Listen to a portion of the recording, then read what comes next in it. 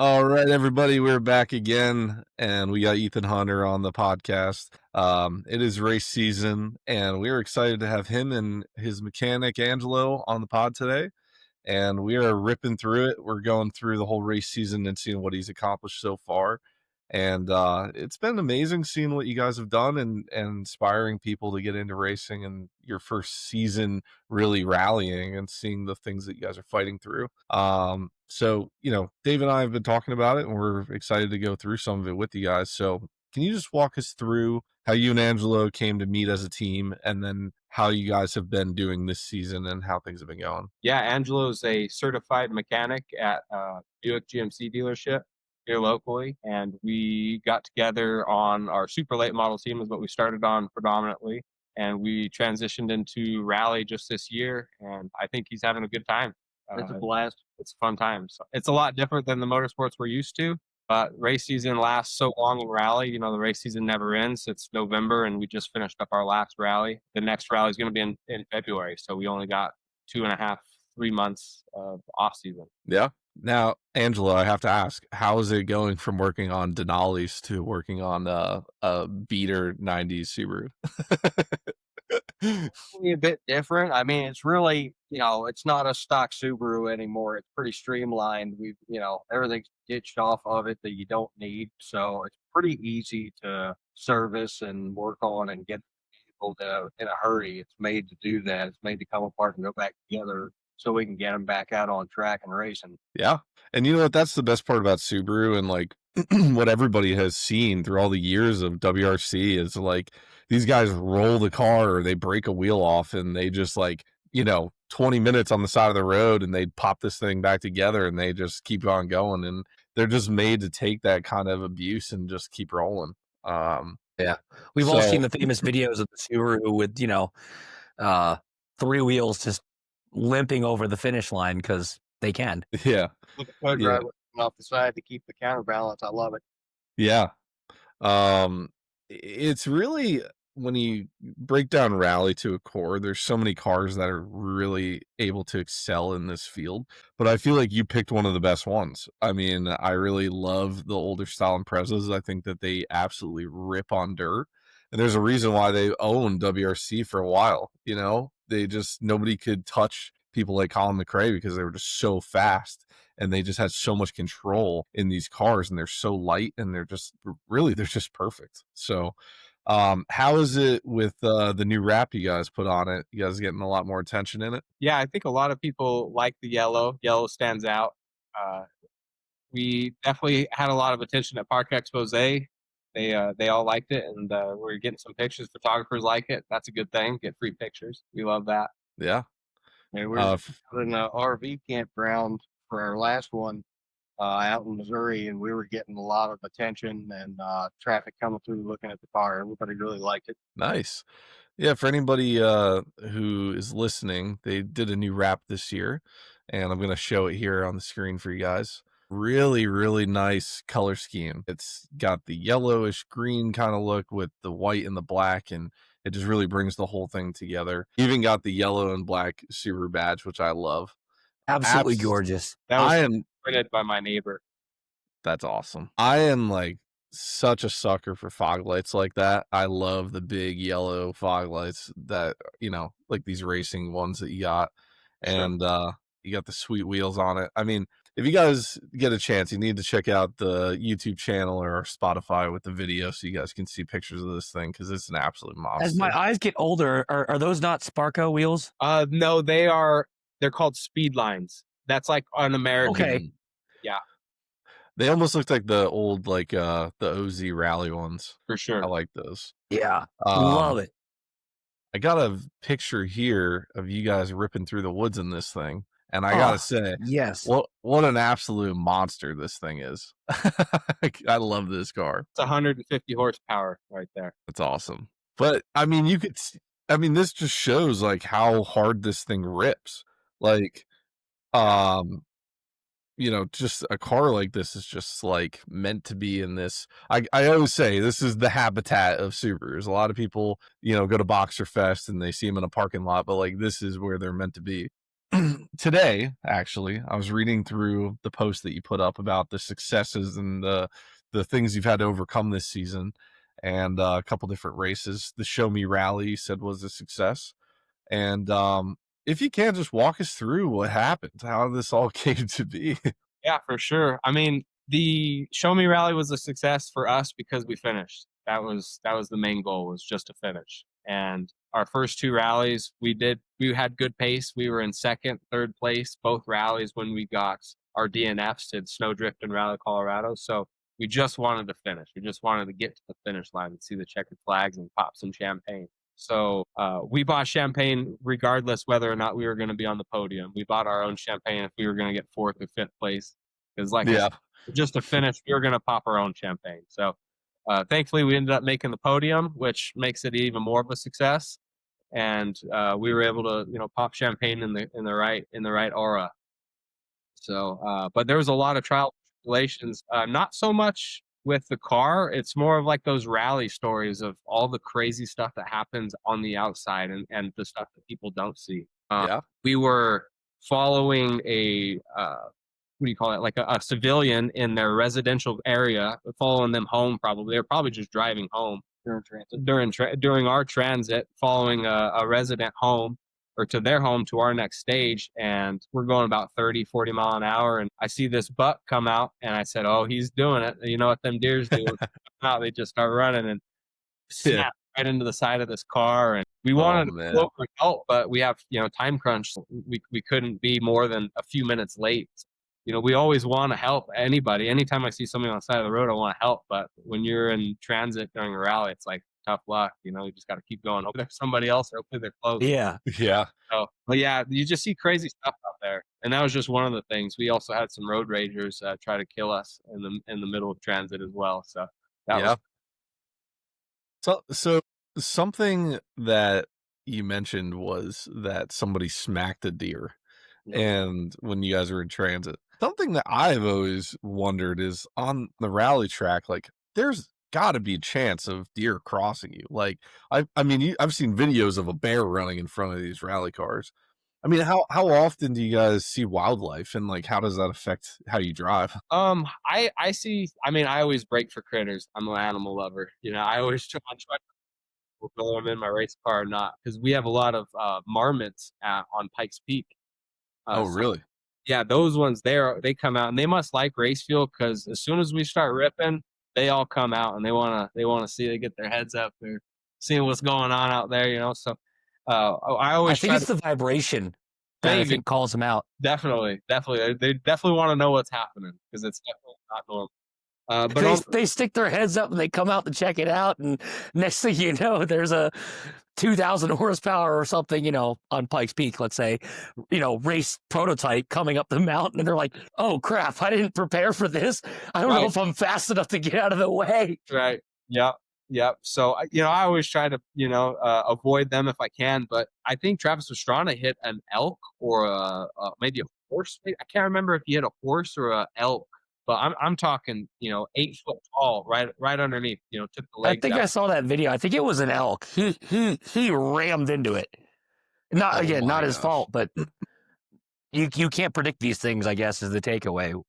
Yeah. We had a couple of not spectators, but we had a couple of lost residents. One of them was a hurt hunter. There was a guy out hunting that got hurt, and he ended up on stage at Show Me Rally. So they ended up canceling the stage because the guy had to go to the hospital, and he didn't really have any other options. So I guess always back your mind, but I think it's just one of those things where you hope that your rally car is built a little bit better than their civilian car, and hopefully you end up coming out on top. Yeah. So something that you did a whole write-up on was about the check engine light problem, and I thought this was really interesting because being that we have super mechanics, we always run into people who have some crazy situation where, like this, you said that the car died, wouldn't idle, no check engine light, which immediately you're like, what the hell?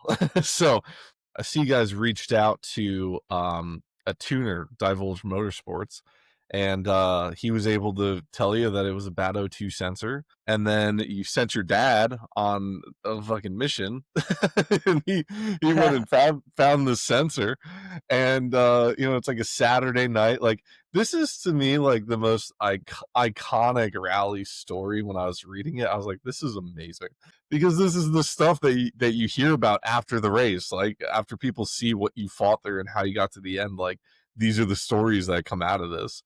And I just thought that was hilarious. And I think I have, let me go here. I think I remember from before that I got your dad here. This is him, right? Yeah, there's Papa T. Yeah. Dude, That's awesome. PPIR a couple years ago. Yep. Yeah. What a legend. Yeah. Yep. There we are. Now, that was our first rally last year. Doesn't Angelo look super Russian right there? my gosh. My vodka. That is the most Soviet photo I've seen in a while. I love it. That's amazing. Dude, your dad looks like the guy that you would see at the rally events. He's like, just having a beer on the side. We need no two sensor. I'm out of here. I got That's this. awesome. Yeah. That's Good so dad, awesome. man. Good dad. I know that it's tough, especially with weather conditions and things like that. Have you guys run into any issues with that so far, or how's everything been? No, I mean, we want snowdrift to be snowy. I mean, we want it to snow, because when it's muddy up there, it gets treacherous. We're hoping for some bad weather, I guess you could say, bad weather.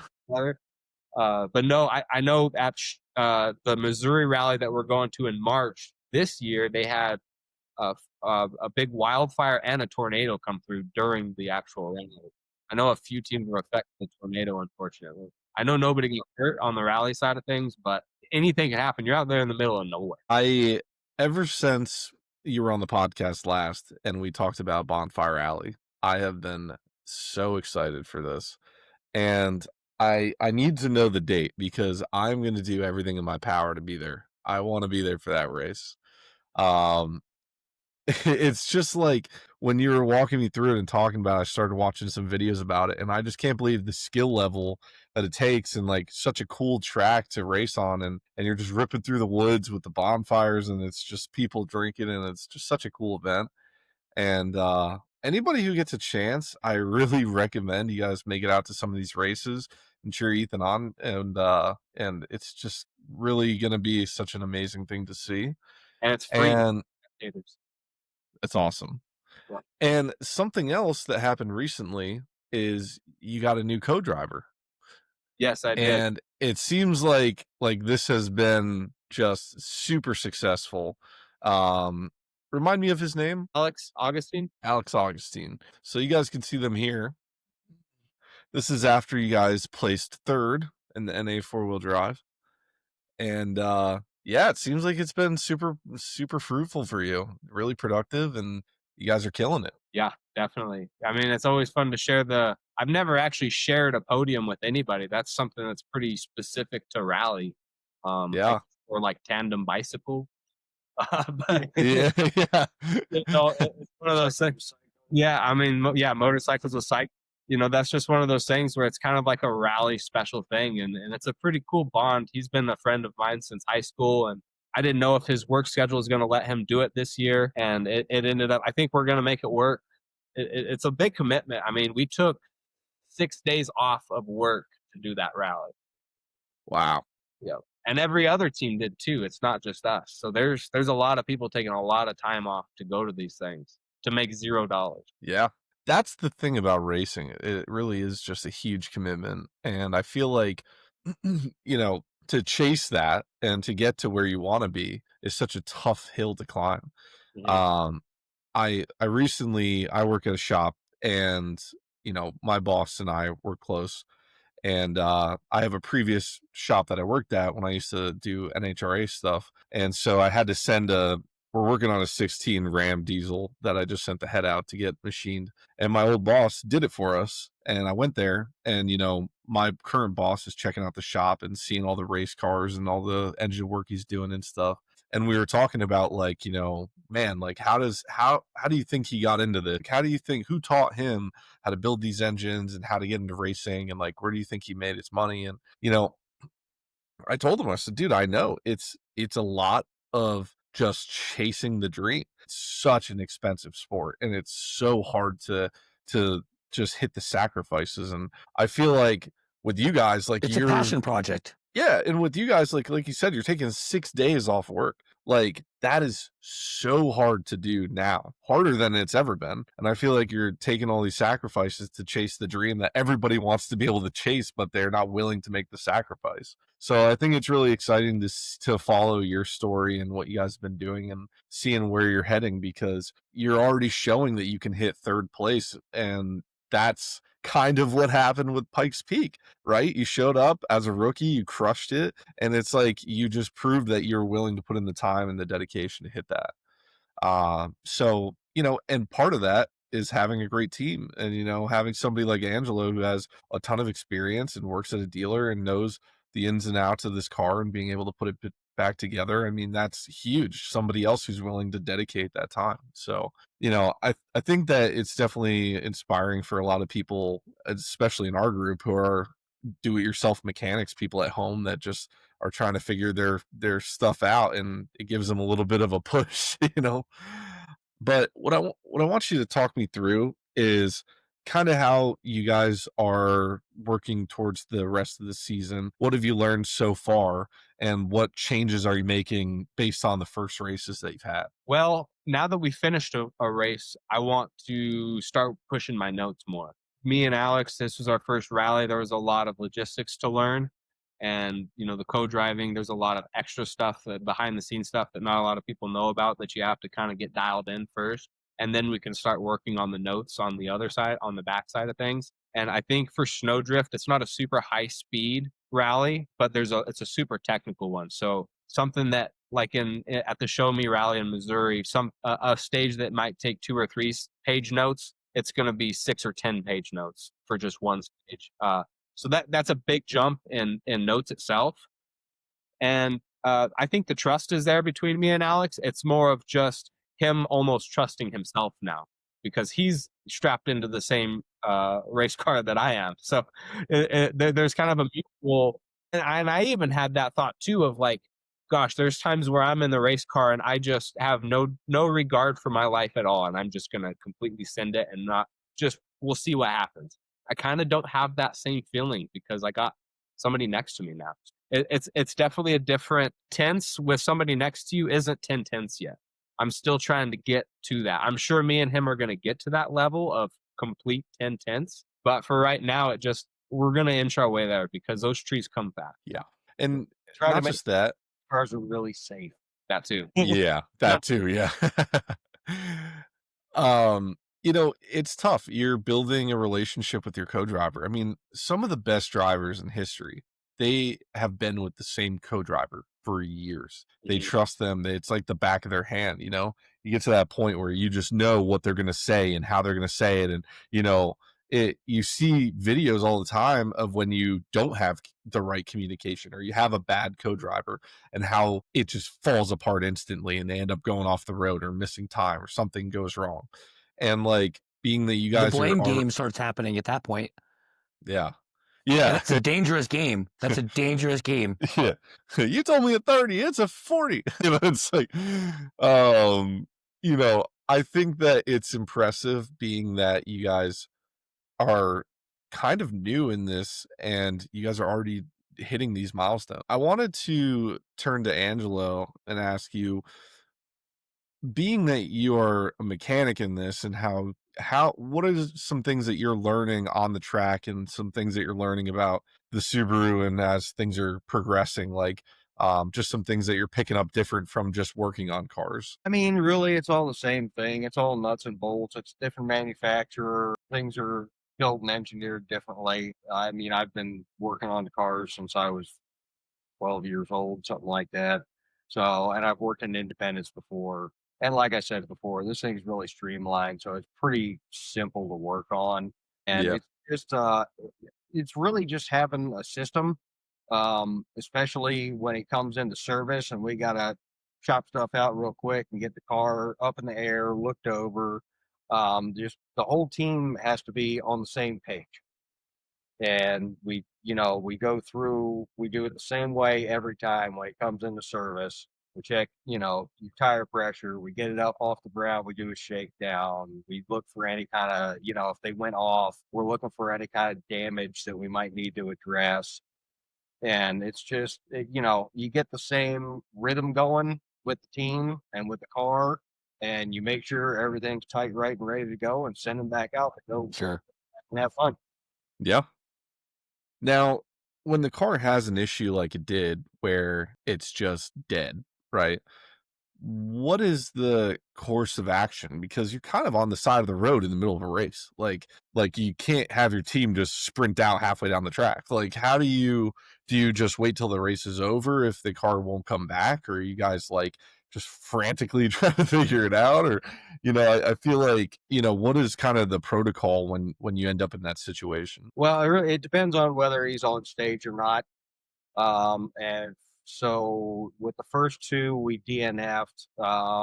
He got off stage on the first one, and we took the support vehicle out and we towed him back to service. The block was windowed. I mean, we were done. That was our first one of Snowdrift. There was nothing we could do about that. Mhm. The second one was out in Rangeley. We lost fuel pressure. And were you guys on stage or about to get on stage? Yep. Almost two stage. Almost two stage. But yeah, again, we had to take a support vehicle out with a couple of crew, and we were going to try and figure it out and get him back rolling. It was already toast at that point. We had dumbest thing ever. 2-inch piece of hose ruined everybody's day. We were doing Oh, that day, and it was the hose in the tank between the fuel pump and like the sender unit that bolts into the tank had split and was just blowing all the fuel back, returning it right into the tank. no. There was nothing we could do about It's always the littlest things, and it just goes to show you people, I think, that are in this group and following the podcast, that like sometimes it's the littlest things that can be a problem. And I think overlooking those type of things is a misstep in the diagnostic process. I'm sure you would agree. it. Yeah, well, all the rubber hoses got replaced immediately after that. So we're no more 20 rows. Yeah. So on that, say we would have been able to remedy the vehicle in Colorado. That would have been technically a illegal service because somebody other than the driver and co-driver touched the vehicle. And not only touched the vehicle, they actually worked on the vehicle. So that would have been an illegal service because we weren't in service. So that's where you see all of these co-drivers and drivers doing these fixes on the side of the road with tree branches or whatever the locals can give them or whatever the case is, right? But we didn't know that, and my co-driver at the time was like, yeah, that's a 15-minute penalty. Let's just do it anyways. So we did an illegal service, quote unquote. We tried, didn't work, but we would have gotten docked 15 minutes, but we still would have been able to finish the wrap. But if we didn't next time, maybe we have to hide in the bushes, as spectators, and we'll have a spare control arm or two. Just saying. Happen to have that. I was wearing it as my necklace. I don't know. Dave and I will be like scattered throughout the track, and so wherever you need us, with support parts and things. Yeah. That'd be awesome. So you wrote up here that you've ended up finishing third in the class with 100 less horsepower than first and second, which is pretty crazy. Now, do you find that you are missing that power? Like, do you wish you had a little bit more, or do you feel like you're confident in where you guys are at? I mean, I'd be pretty lame if I said I didn't want more horsepower. But I also know that I don't need it right now because I'm still learning so much, and I find myself driving this car a lot like the Spec Miata. It's underpowered, underwhelming, but once you start driving it at 110%, then it becomes a party. So just trying to master the 150 horsepower, and then once that either blows up or it's just middle of the season and we're ready for more power, or whenever the time comes, we definitely want to build a flat six for sure. I'm gonna give you a water cup like initial D, and if once you figure out how to not spill it while you're driving, then you can up the power. Everyone knows who follows the podcast. We're really big H6 fans over Yeah, at we are. Simply. So Dude, they sound let's awesome. go. When they have the anti-lag, or not anti-lag, just like a launch control setting on, they sound so awesome. They're amazing. So just the sound We, of it. And they're just the epitome of reliable. I was talking with another a shop owner today here locally, a Subaru shop owner, and about how the H6 is just so reliable in a lot of ways. And that's if I haven't mentioned before, what my mom used to drive was an old 2004 H6 Outback, and that thing, it finally, I would say it died, not the engine, but had other problems with the car after 360,000 miles on the East Coast up in Maine in some of the harshest conditions and the harshest winters. And that car humbly never left her stranded anywhere, because that H6, I always told her, like, you could drop 2 cylinders. You're still driving home on a regular 4-cylinder Subaru engine. As far as I was concerned, as her son, I wanted to make sure reliability was key. So I made a point that, hey, my mom's going to be in this car. I want to make sure she has the most reliable engine, possible, at the time. And so that was what I settled on, was the H6, and those things are just fantastic, as you guys know. Right. well, And there's different variations of them. I just don't know all the different Yes. ones and which one's going to fit our rule set the best. But I do know, I believe we are allowed up to 3220 cc. Yep. now something I wanted to show here, which I found this insane when you sent this photo. This is the tire, I believe, before you hit the track. No, no, that one is actually our snow tire. Yeah. So Okay. that's approved snow tire for when it's actively snowing.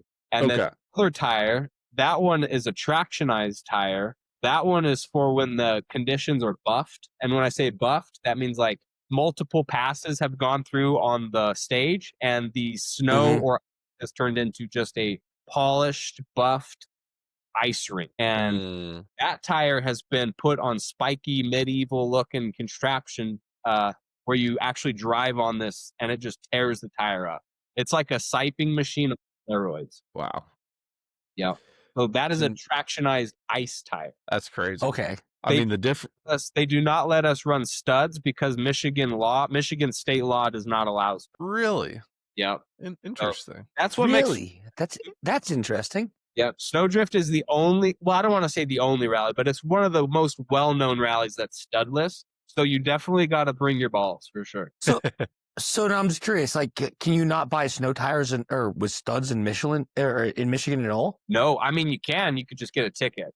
But so like for us. Okay, so you're not supposed to have even as a passenger vehicle. Correct. Yeah, this is a state law, not a rally. That's interesting. Okay, I did not know that. Yeah. Huh. Yeah. That's pretty crazy. Which is interesting because you figure the rally is kind of it's a race event. I feel like they would Transiting between allow them. We're on the normal. Okay, I guess that you're right. That's a good point. You have to adhere to local, guidelines to a certain point. And on that, I don't want the keyboard warriors to come after me. I don't know if it's an actual state law, but I do know it's a local law. It could be through the whole state or maybe just the county. But I do know for sure Okay. we're not allowed to. No, that's interesting. Definitely. Something else with the car that I picked up on that I was interested about is this photo. Is that dual air vents that you have? That's amazing. I have never seen that on the Subaru before. So that's Colin McRae style for sure. He did that. That's awesome. Why the guy before me did that. And also those are our AC vents. And actually those aren't even rally vents. Those are HVAC vents. Oh, I got you. So they're like $45 a piece. Super awesome. Because if they were a rally vent, I'm sure they'd be $250 a piece. Yeah, I'm sure. I've been seeing a lot of new stuff recently about people 3D printing those and trying to make the rally vents a lot cheaper because they're finding them to be so expensive and everybody wants them, and it just is what it is. Part of the game, I guess. Yeah. 3D print everything nowadays, so they don't have to pay for somebody else to manufacture it. For real. We So last episode we just had Overtake USA, which was Justin Grimm from Grimspeed. And he was talking about his new company and how they're using 3D printing and how you can like prototype stuff so easily and things like that. And I feel like that's something that is going to become so much more useful in the future. And like, dude, I mean, we look all the time. There's a website, I'm sure you've seen it, is WRC Spares. I think we talked about it last time you're on, is all the spare WRC Dangerous parts website. that end up for sale. And this stuff is like crazy. Like some of the craziest stuff, like they have a diagram on there for a right-hand drive conversion that is literally just like a bunch of connections that just sends the steering wheel to the passenger seat. Like there's just like such insane stuff on there. But we were talking about like the fact that those diagrams are available and those parts are up, and like if some of that stuff can become 3D printed, like it opens up a whole nother world of like not having to spend thousands of dollars to get WRC level parts that you need. So it's really interesting where that's going and how that's going to become a thing.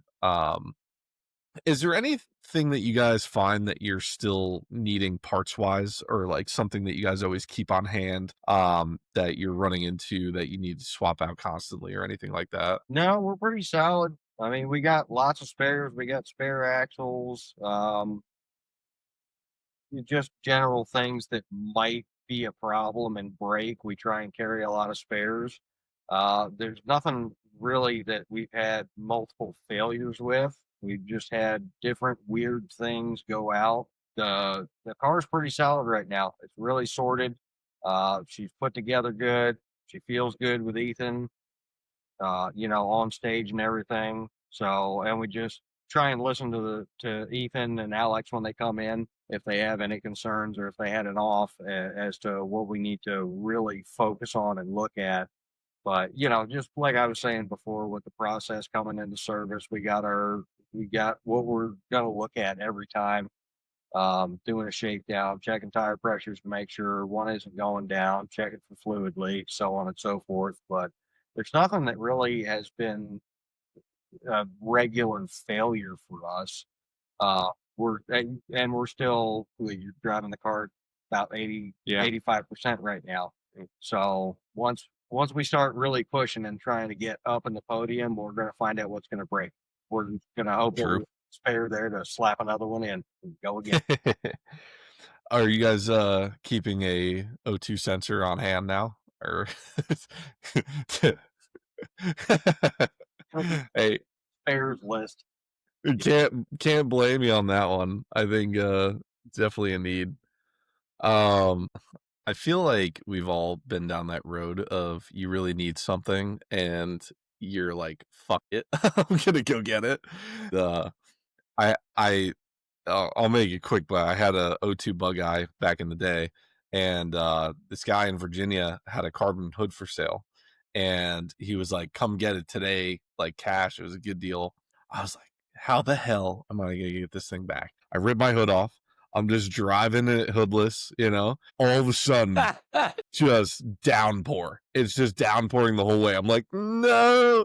So I get there, I pull into what looks like a dirt lot, and it's just like literally I pull in, nothing in this dirt lot, but there's like a painter stand, like those little like wood stands, and the hood is just sitting on it.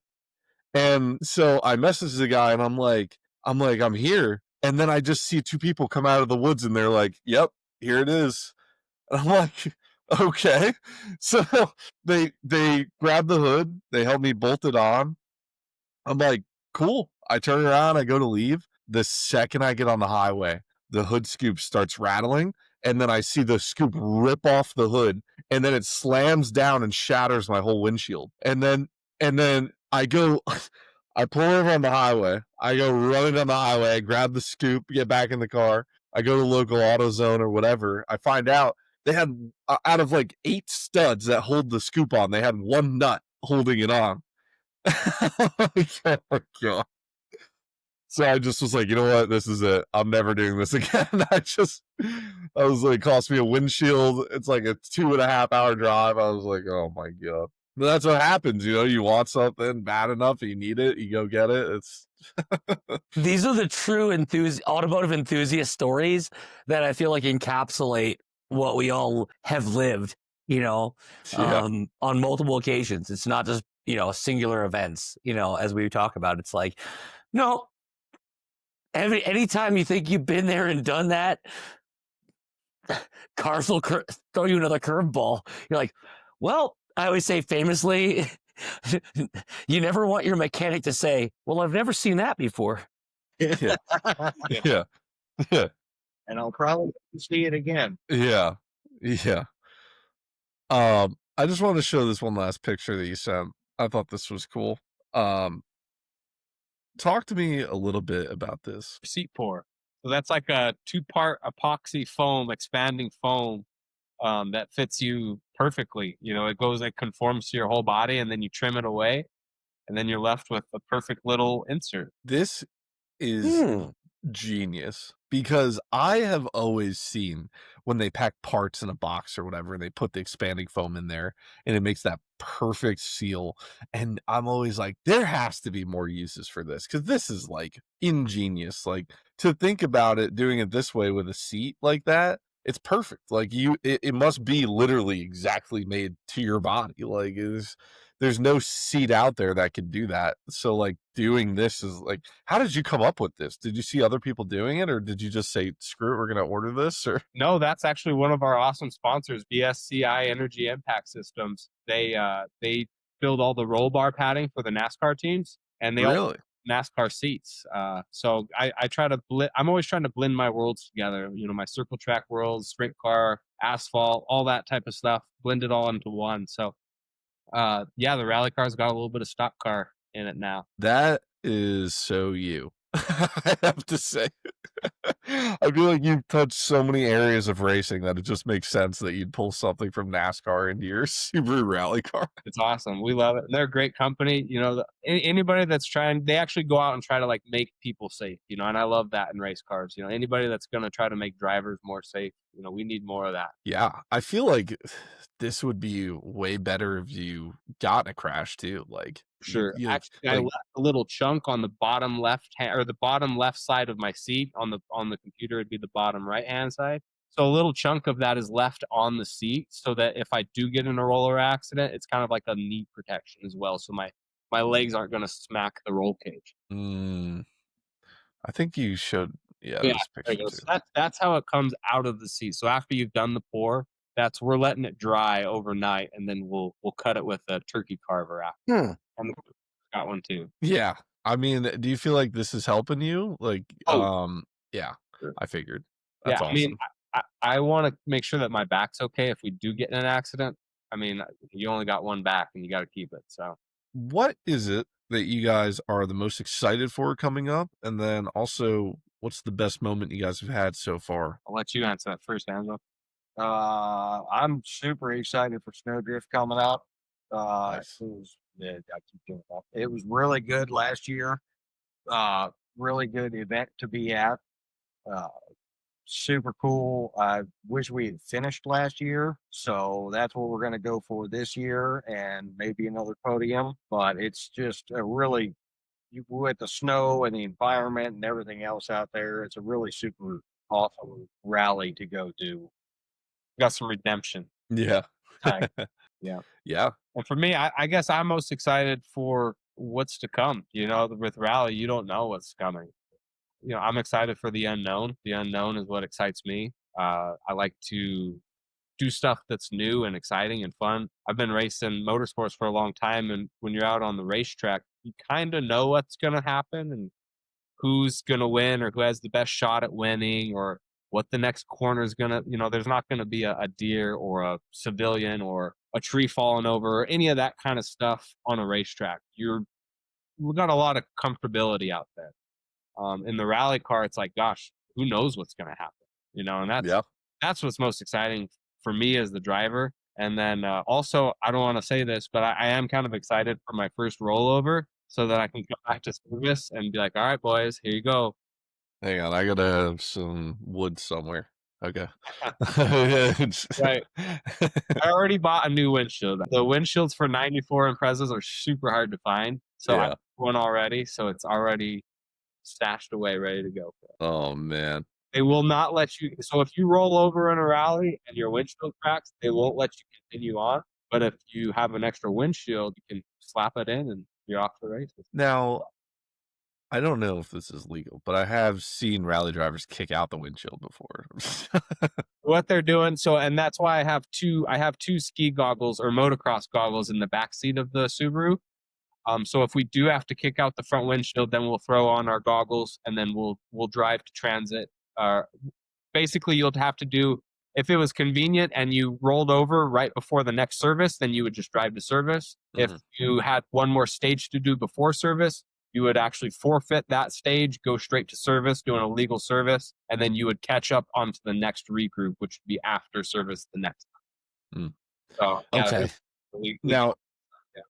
is it like a normal windshield install, or do you have like a quick way to pop one in? I do auto hail repair as my normal job. So we do a lot of windshield replacements and stuff like that. I don't do it personally, but I have buddies that do that, and they gave me extra urethane. And I've seen You it. got this. Yeah, I mean we've seen it happen enough. I mean, to do it professionally, definitely not. But to do it on a race car, we can do it. Hey, It would throw down a be- quick bead of silicone with a For sure. slap it in. Come on. Come It on. would be a sight to see if your windshield popped out and everybody just sees you just like zipping the windshield back together. Yeah. That's It'd be awesome. interesting to see if you won a unofficial record for the fastest windshield swap ever. Just saying. Yeah. I just like it's a picture of us with two goofballs in the car with goggles on. You know. Yeah. So, Yeah. Now that would be a picture for sure. Yeah. Is there anybody in your class that you would consider like I guess you would call it a rival? Do you have any other Subarus or anybody else that's like pretty close to your build that you would be basically neck and neck with? every rally I've been to, there's been a very wide variety of competitors and different vehicles and engines and just variations of the same vehicle. So I would say That's cool. there's probably a couple that are very similar to mine, but all of the fast guys are going to have my car or like a GD car, GCGD with a flat six. I mean, that's like money right there. Like that's for my class, for the NA 4-wheel drive. Now in the limited class, that's where you see a little bit more diversity. My class is pretty much just all Subarus. Yeah. Yeah, that checks out. Well, limited, we had the Mini Cooper out there. Mini Cooper's doing their unveiled. They unveiled a Countryman and just like a regular Cooper S, a 2-wheel drive, and then a 4-wheel drive. So it's cool to see like other manufacturers bringing in other cars. But you know, I don't want to talk bad about any team, but they didn't have the speed that we were all thinking they were going to have. Hey, it happens. I think like you, everybody else is in the learning realm too, where they're all just like at the track figuring it out as they go. I'm sure they see if they need more power or if like what are the downfalls and what are the successes, and you kind of work around that. Definitely. So yeah, I mean, it's exciting to see, like I said before, like just what you guys have accomplished already, and it's really cool that you're out there. Have you guys made any new friends this season, or anybody that you guys have met on the track? I think friends at the racetrack is kind of like a Yeah. like there is. I have people that like would lend me a part for sure. I know there's a lot of people out there that would, give me parts or share spares, anything like that. Mhm. But it's like that golden rule of like they want to see you do good, but not better than that. Yes. That's how you should be. I mean, we're all out there to do good. We all want to win for our home team and bring home the bacon. So I do think we have some buddies, but I've never had friends at the racetrack. I really just never have, unless they're in a completely different class and we're never going to race each other and we know that. Then it's like, yeah, we can be friends. Yeah. Hey, it's cutthroat out there. One thing that I've kind of asked myself, like as I'm getting older, it's like, gosh, how come I don't have any like racing friends? Like all my friends that I have, like they're into motorsports or they're in car enthusiasts and stuff, but I don't have any friends that are exactly like me. It's just like I think race car drivers don't fit well with other race cars. Yeah. There's something to be said about that because I know Dave, myself, you, I know you guys probably feel this. Everybody has their own way of driving. Everybody has their own take on how to build a car. I mean, I run a very large group where everybody has lots of opinions on how to fix a Subaru. They're all the same, but everybody has a different way of doing it, and they are going to make it known. I think that like that kind of makes it difficult to like really be on the same page as people because they just have different ways of doing things, or they look at a project or they look at a car differently, the way that they approach it or how they fix it. And I'm sure both of you have seen that, especially working in shops. You have some techs that rip an engine out in 5 hours, and you have some techs that they're struggling on the alignment rack. It's like it's just the way it is. So I don't think it's very odd that it would be tough to have like friends per se at the racetrack, because I think that you're right. Like a lot of it too is a little bit of ego. I think it's a little bit of like, I want to beat you and I want to prove that I can do that. And I don't want to go asking for help and then have it feel like because you helped me, I got there. Sure. It's more of like, I want to do this on my own. And so it does make that wall of separation almost, where everybody's in their own lane and they're all trying to get to the top. And It'd be like saying Senna and Prost were going to become friends, outside of the track. Yeah. They were just two fierce competitors. And not to say, in their elder years, of retirement, let's say, rest in peace if Senna had made it to that, where, okay, they're old men, they're hanging out the pub, having a pint, as they say, together, reminiscing about the old days. But when you're in that fierce competitor standpoint, you're a gladiator in a sense. Yeah. And Angelo, I was going to ask you, piggybacking off that, when you're at the track, has anybody like picked your brain about problems that they're having, or have you heard of any issues that anybody else has been dealing with their car that they've had to overcome, anything like that? Yeah, for sure. There's especially when we're at the more social events, I guess I'd say. A lot of people come know me, and we've been hanging out and everything, so they'll come over and grab me if they're having trouble with their car because they know who I am, and I've got a lot of automotive experience as a wrench swinger for a long time now. So if anybody breaks down at the track, not necessarily in like circle track or something, they usually have kind of their own guys, but when we're at the more social event like Slush or Grid Life or like a drift event or something like that, where we're all just hanging out, having a good time, there's been multiple occasions where somebody comes over and asks for my help with diagnosing their vehicle, or they're having trouble getting something apart or back together or what have you. Yeah. Just brainstorming sometimes. I feel like that's something that us automotive industry guys, I think we get away from sometimes. And I think that, sometimes just having a beer with another mechanic, you guys can throw things at the wall and, well, this car is not doing what anything says it's supposed to do, but what do you think? It's those eureka And you get into the space of what I call automotive theory. Yeah, you talk to another guy and you got a weird problem you've never seen before, and he's like, "Oh no, wait, I've seen that before. Here's where the problem is." Yeah. It's crazy And how like different motorsports people would fix the same problem on a car. They'd all fix it Yes. a different way. From the rally guys to the drift guys to the circle track guys, road course guys. Road course guys would just pay somebody, by the way. yeah, true. Everybody has their own way of doing things. Yeah. It's really cool to see. I don't know who does it best, but I know rally, we got the shortest time frame to fix the car. I mean, 30 to 45 minutes. We can all learn from each other. I like to think at the big takeaway is we can all learn from each other. And humbly, if we could blend every type of mechanic into one, that'd be the perfect right. mechanic, as they say. Yeah. Also, I think the drift mechanics, they open up their tool bag and it's just electrical tape and zip ties. So I don't think there's much else in there.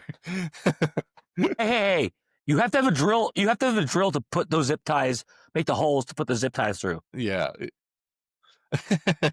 They have to know how to use a chuck. That's right. Yeah.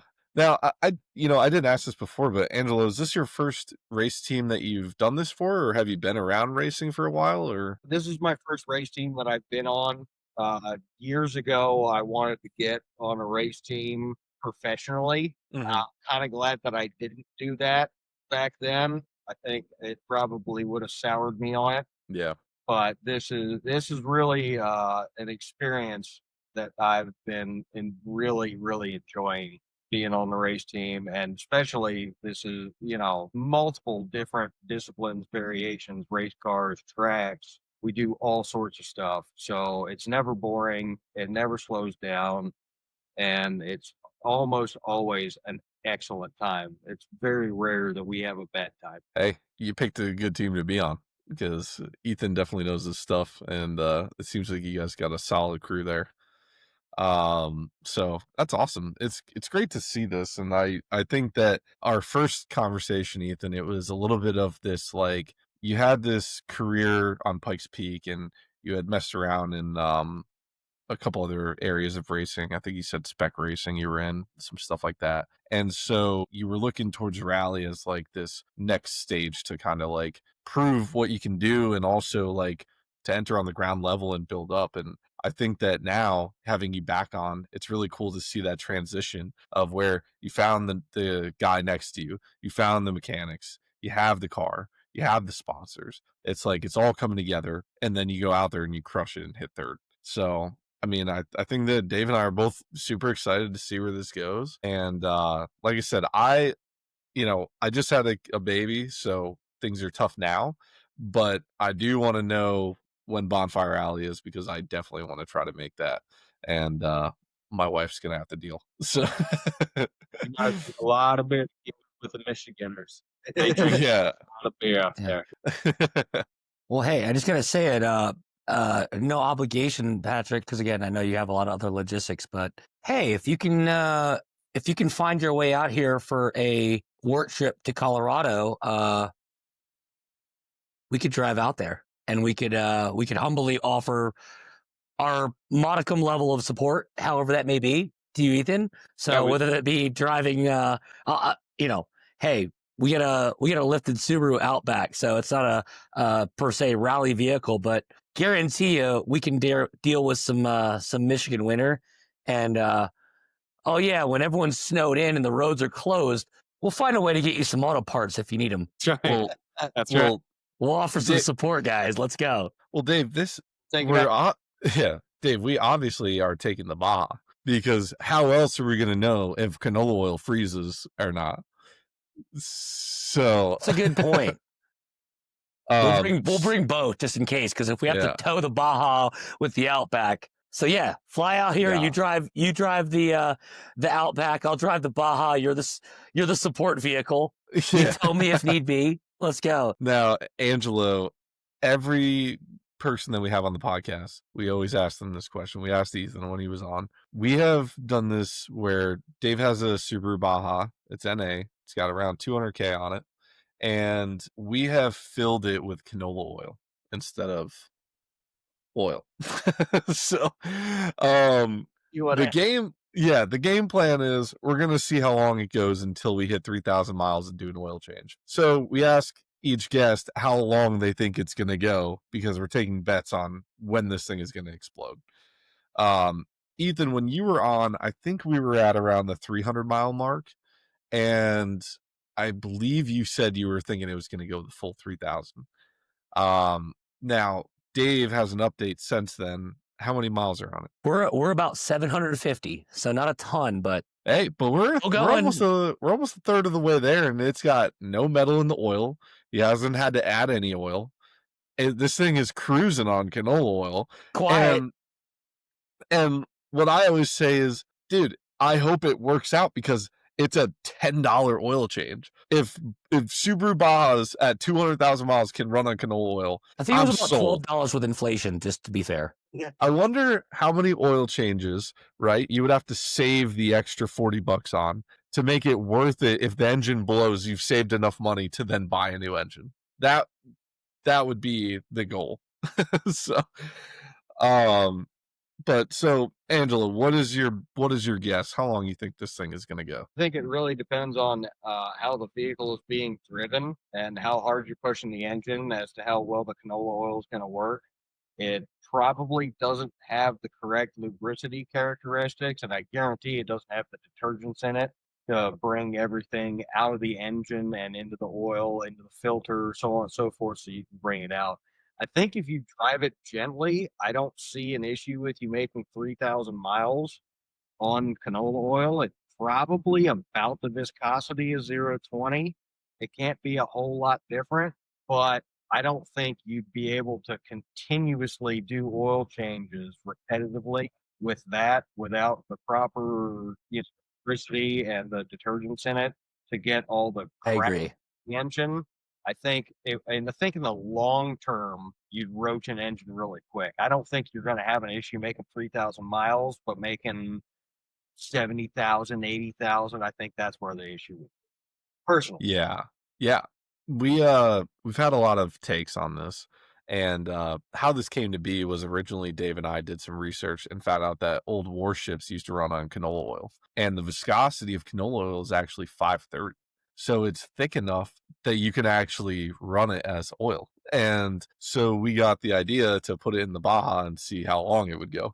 And so far it's been good. It's taken it. It's like it's hard to complain, honestly. I can't believe that this thing is already at 750 and there's no issues. So I'm a little bit like, it's a shop vehicle. He doesn't drive it super long distance. A lot of it is, here and there, going to the parts store and stuff.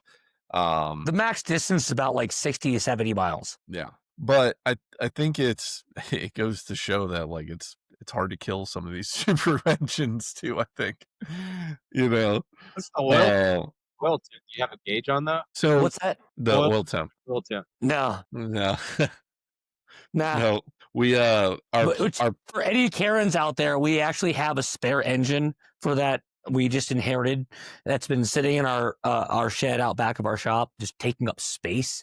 About the same time Patrick and I discussed this whole experiment, I happened to go into my shed and I stubbed my toe into the engine in the dark, and I was frustrated to say the least.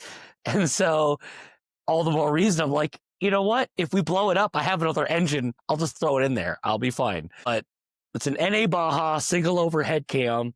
It's got about, I think right now it's like 189 or something, almost 200,000.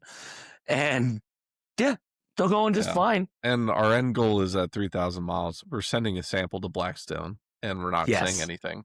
We really hope they aren't following the podcast, because we're just going to blindly send it in and just see what they say. Yeah, just we're gonna be like, Subaru Baja, 200,000 miles. Is this normal? They'll be like, it's fine. Yeah. Well, I appreciate you guys coming on. I appreciate this conversation. I mean, it's just, again, so awesome to follow along with this. And I think we're excited for some more updates. This has been just like really cool to see go from last episode to this episode where you guys have gone. And Dave and I are excited to see where this leads. And we're here praying that Angelo has this car on lock, so there's no issues. But we hope to see you tentatively in Snowmass. Yes. Yeah. Definitely down. Definitely need to have a beer. We will catch you guys then, hopefully. Until then, we will see you next time. Cool, man. Thanks again. Talking with you guys. Thanks for having us on. Anytime. Thanks.